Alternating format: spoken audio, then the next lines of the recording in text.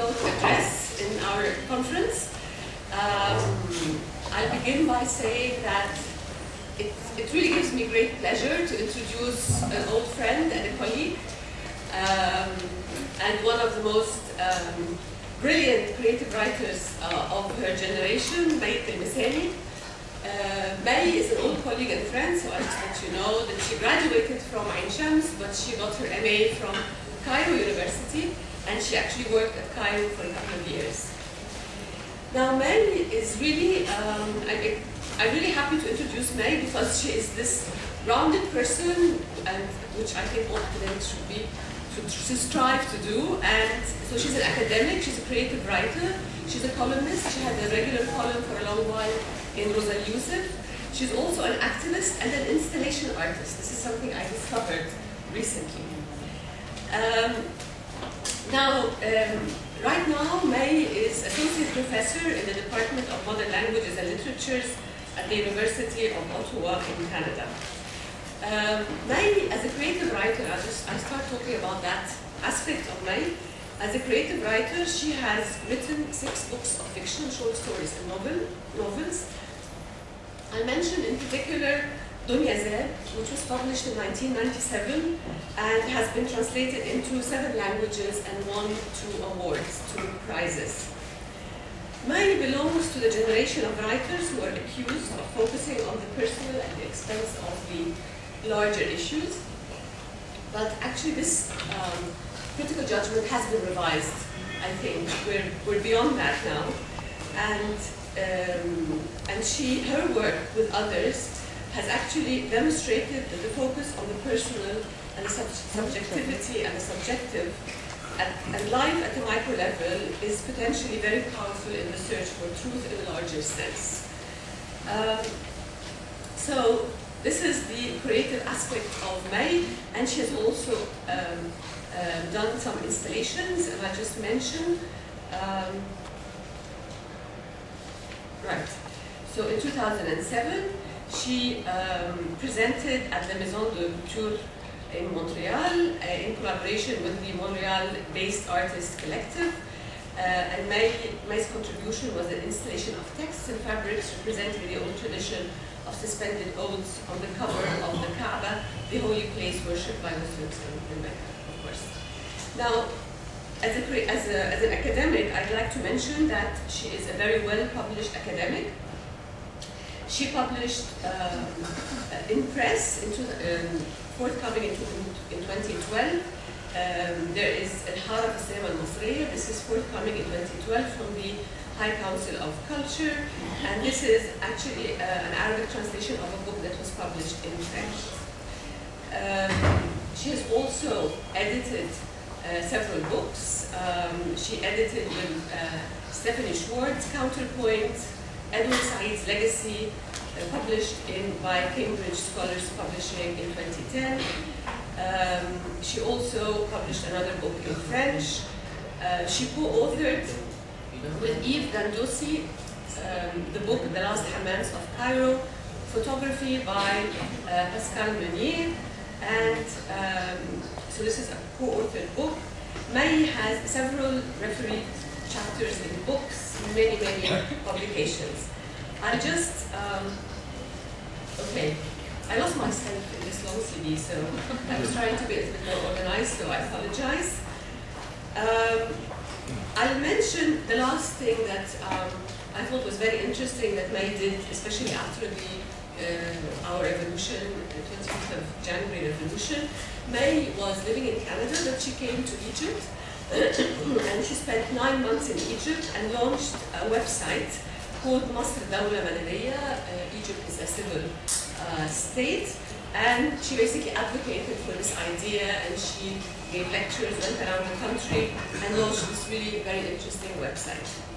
It gives me great pleasure to introduce May and to have her in our conference, and I would like you to join me in welcoming.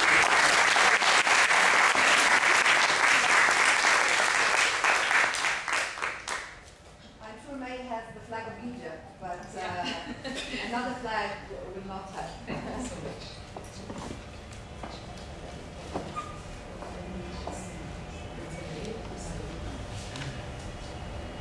Egypt in my heart. I'm sure you do. I'm sure you do. Okay? I want to thank you, Hoda, very much for this presentation, and thank the Department of English, Professor Lubna Youssef, for inviting me. And I will start by apologizing for my little French accent. I graduated here. I had my MA at the French department. I was in a French school since the age of 4. So English for me is a third language after Arabic and French. But then I will, try to do my best. I thought I will present to you today Liberation Square in Egypt from this perspective of utopian dystopian functions, because I was trying to address the question from a scholarly perspective and put aside somehow my emotional involvement in the whole process, the revolution and after the revolution, and how I contributed to it in many ways. But then you will see some emotional reactions, maybe, eventually. I will try not to show it too much, but I'm telling you that it's very hard when you are a writer and you work with passion and you write with passion. You want also to keep somehow a fine balance between passion and academics, so you have to be objective and so on. So today it's going to be a mixture of both, I think, and this is who I am. I don't think I have to apologize for this, but for academics, very hardcore academics, maybe I should. So I will start with this quotation from Deleuze and Guattari, what is philosophy? Utopia is what links philosophy with its own epoch. It is with utopia that philosophy becomes political and takes the criticism of its own time to its highest point. In utopia, as in philosophy, there is always the risk of a restoration and sometimes a proud affirmation of transcendence. So that we need to distinguish between authoritarian utopias or utopias of transcendence and imminent revolutionary libertarian utopias. I couldn't have said it better than Deleuze and Guattari when talking about the Egyptian revolution. This is exactly the situation where we are now as Egyptians, fighting against or with, depending where we stand, in which camp, two utopian projects. One is transcendental and the other one is secular. You can guess that I am in the second camp. This presentation is Deleuzian in spirit and by conviction. It is the affirmation of the necessity of nomadic activism to extricate thought from the political ideologies and models of the state. Utopianism cannot do away with the notion of space. But what utopianism can certainly do is to open the space infinitely and move across its many borders and boundaries freely and creatively. Utopianism, for me, is a movement. Moreover, it is a movement of constant deterritorialization, to use another very important concept for Deleuze. The Egyptian revolution catalyzes and empowers different forms of nomadic utopianism in and out of Liberation Square, physically and virtually represented to assert the revolutionary will to power. And here I'm using the distinction, very famous Nietzschean distinction between power and will to power.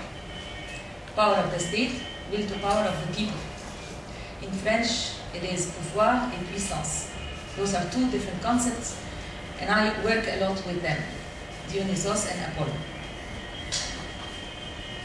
So to assert the revolutionary will to power, grounded utopia, to use Bill Ashcroft's concept, but conscious of its power, the power to move across borders, to transcend the logos of the state and expand the nomos of resistance, to assert as an ideal or a horizon a position of resistance against the power of the state or any power for that matter. In their Traité de nomadologie, Mille Plateaux, Gilles Deleuze and Félix Guattari revisit the concept of nomos as opposed to polis or logos, to establish unprecedented ways of perceiving the distribution of spaces, boundaries, territories, and national structures, using new arguments towards the production of different forms of nomadic citizenships. One of the most vital conclusions of this treatise is to destabilize all prejudices against the nomad. And I'm using the nomad here in the context of the revolution as revolutionary groups being nomad, moving in and out of Liberation Square, in and out of the internet, for instance.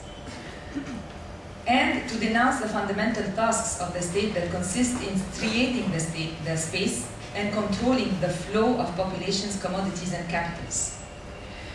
As Deleuze and Guattari perceive of it, nomos is also a way to extricate thought from the state model, to free the thought from the striated structure of the chess and open it to the smooth and heterogeneous space of the Go. The nomos of Go against the state of chess, nomos against police. He's using the metaphor of those two games, chess being structured with definite rules and you cannot escape it, and the Go, which is a Chinese very, very old board game, is open to different strategies, right?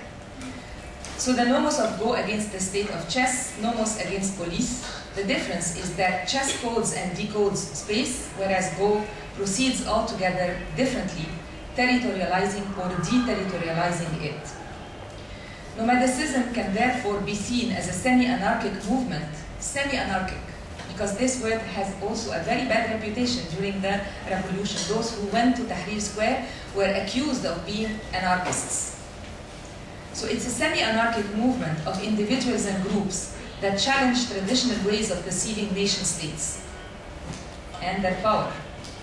In other words, it creates what Rosi Bredotti, who is also a Deleuzian philosopher, calls a joyful nomadic force.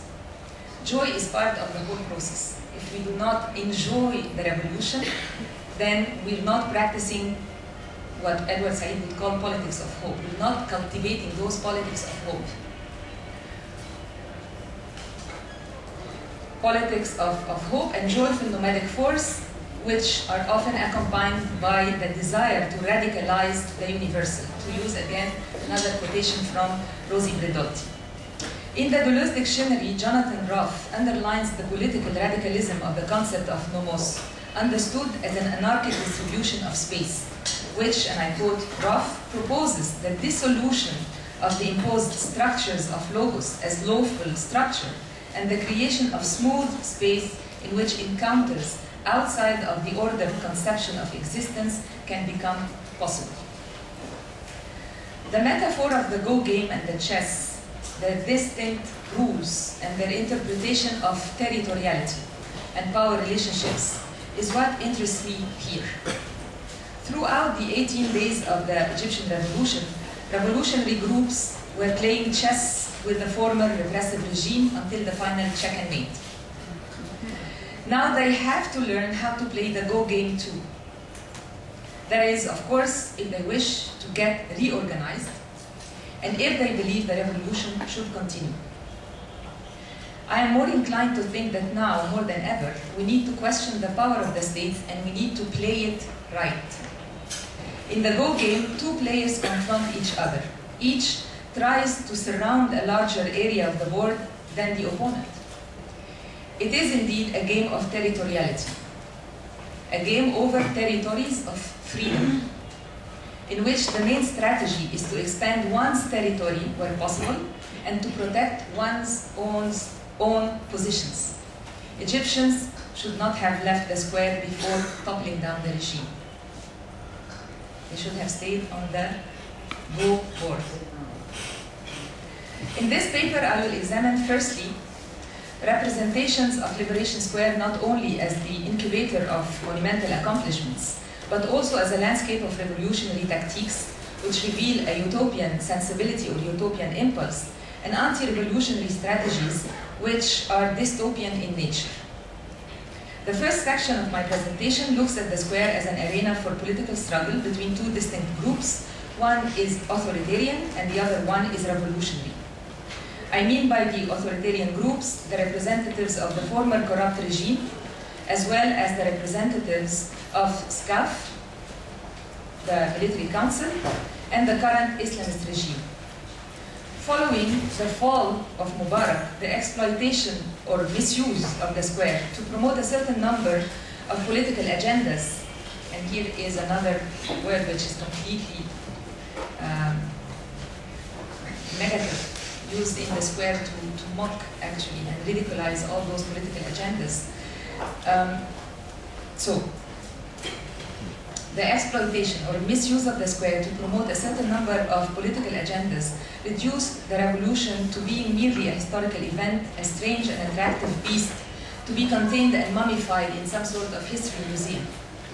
According to this reductionist discourse, the Egyptian revolution started in January 25th, 2011 and ended with the fall of Mubarak. The rest is chaos mysteriously orchestrated by an unnamed, unidentified third party, الطرف الثالث. The perception of the revolutionary groups is fundamentally different.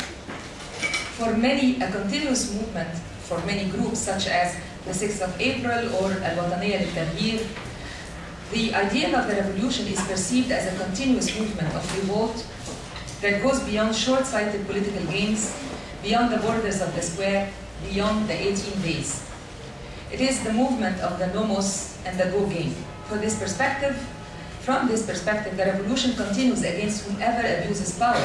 It is not only a historic moment, but more importantly, an ongoing moment of deterritorialization, resistance, and contestation. In other words, to use the theoretic apparatus of cultural studies, the revolution is an oppositional set of popular and civilian tactiques used against strategies of dominance. In the second section of my presentation, I will discuss the characteristics of both the utopian and dystopian functions of the square.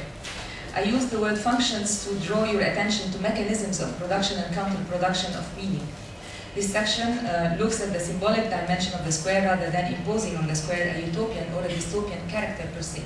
I'm not saying Tahrir Square is a utopia or a dystopia. Once again, the authoritarian versus revolutionary discourses dwell in opposite camps.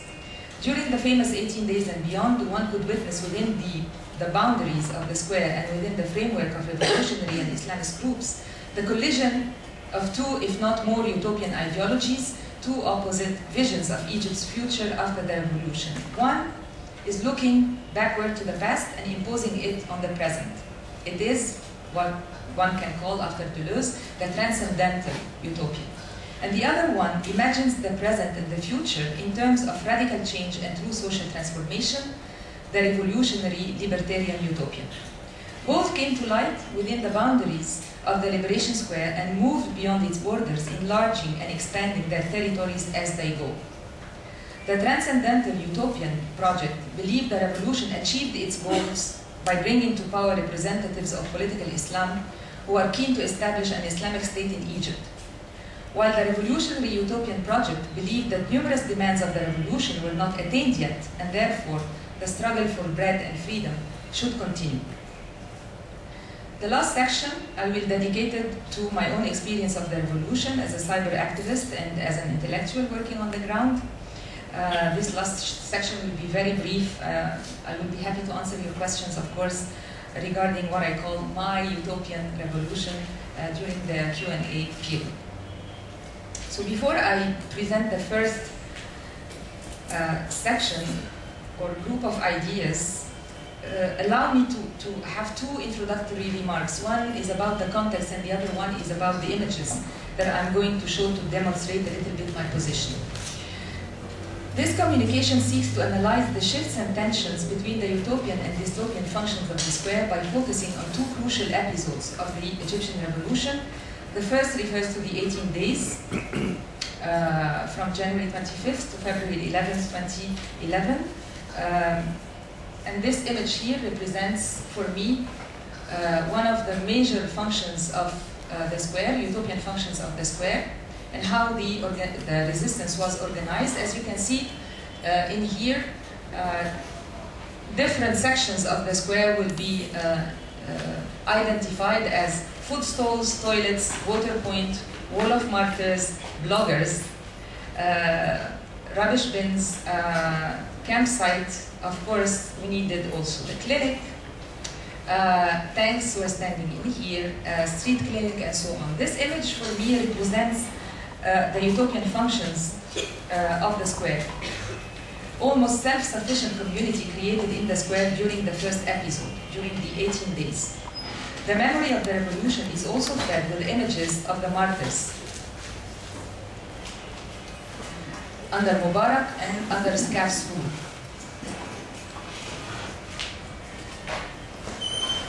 It is also fed with images of repression against the protesters, sometimes in a preposterous, almost ridiculously medieval fashion. I don't have to comment on this. Introducing camels and swords in the square. We're laughing now, of course, but it was a very dramatic and very tragic moment in the history of the 18 days.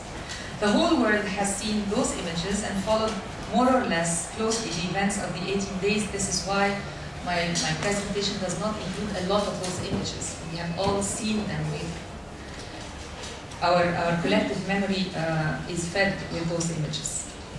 So this is the second episode I want to focus on, the first. And the second episode is the Commemoration Way of the Revolution, which is the 25th of January, 1 year later, 2012, during which the Muslim Brothers occupied the heart of the square to celebrate their success in parliamentary elections.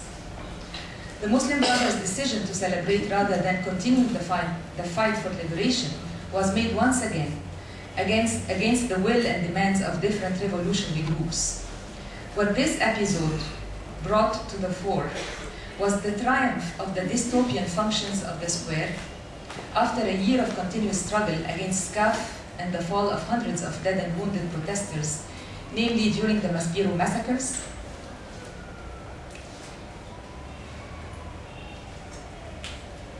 the Mohammed Mahmoud Street protests.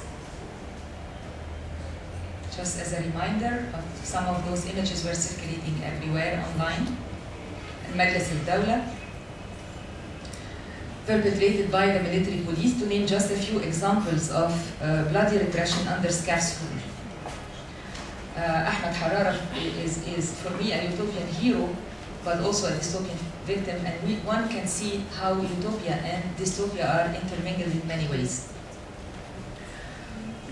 Scaf's dystopian claim to bring stability to the Egyptian street is obviously a monstrous falsehood. The measures taken by the military police never really meant to protect the general population from a group of protesters accused of being thugs, but rather to protect Scaf from revolutionary enemy, using the usual repressive tools, in addition to snipers and deadly chemicals. From May to December 2011, the demonstrators asked to speed up the transfer of power and accused Scaf of human rights abuses and the delay of Mubarak's murder trial. By choosing the 25th of January 2012 to celebrate their success in parliamentary elections and thank Scaf despite the unjustified repression of demonstrations and sit-ins, and despite Scaf's political clumsiness, the Muslim Brothers sent a clear message to the revolutionaries. They resigned the game of revolt and side with the rulers against the protesters. Furthermore, they seem to announce by this insensitive gesture of celebration the end of the process of liberation and the beginning of the authoritarian, anti-participatory rule of the Islamist majority in parliament. Those are the images that one can see from this moment, from this second episode. I'm talking about 25th of January. And those are the marks of celebration that one can see during that day. Of course, the stage was protected by militias. I was there. Those are not the images taken by myself, but I contributed somehow also to this day and to the demonstrations that took place.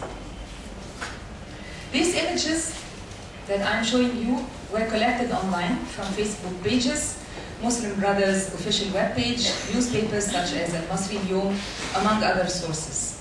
The free circulation of images on the web and sometimes their unidentified origin replicate the free movement of nomos and the uncodified social movement of the revolutionary groups in the square and its periphery. The internet played the role of a free virtual space and helped sustaining the uprising and nourishing the public opinion with pictures, video clips, cartoons, humoristic statements, posters, and graphics of the events. Constrained and repressed by police forces, stigmatized and misrepresented by state media, the square lived a parallel life online, which highlights the creativity of many unknown artists and designers. Part of my cyber activities was to share images produced within this popular culture of dissidents, comment on them, analyze their message, and use them for mobilization either before demonstrations or during elections.